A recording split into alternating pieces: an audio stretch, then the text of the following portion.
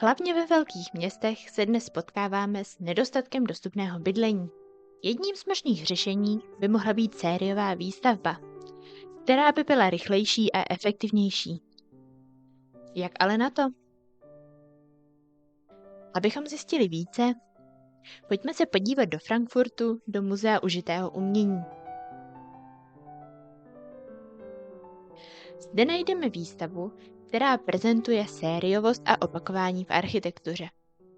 Studenti se kriticky podívali na různé konkrétní přístupy z minulosti, abychom se z nich mohli poučit pro dnešní výstavbu. Výstava tyto poznatky reflektuje a vyvolává diskuzi se stavebními firmami a odborníky.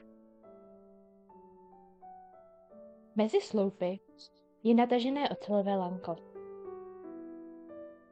Z hliníkového plechu jsou zmontovány brány, které zároveň potvírají lanko.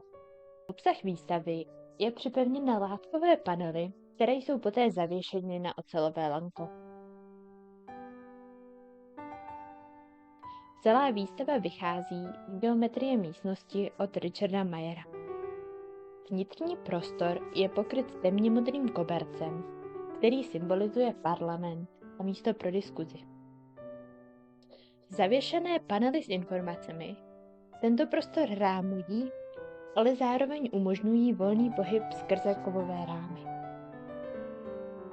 Vnitřní parlament se také několikrát změní na místo pro diskuzi a střety názorů o budoucnosti výstavby, které budou obklopeny poznatky z minulosti. Výstavu můžete navštívit mezi 24. červencem a 18. říjnem.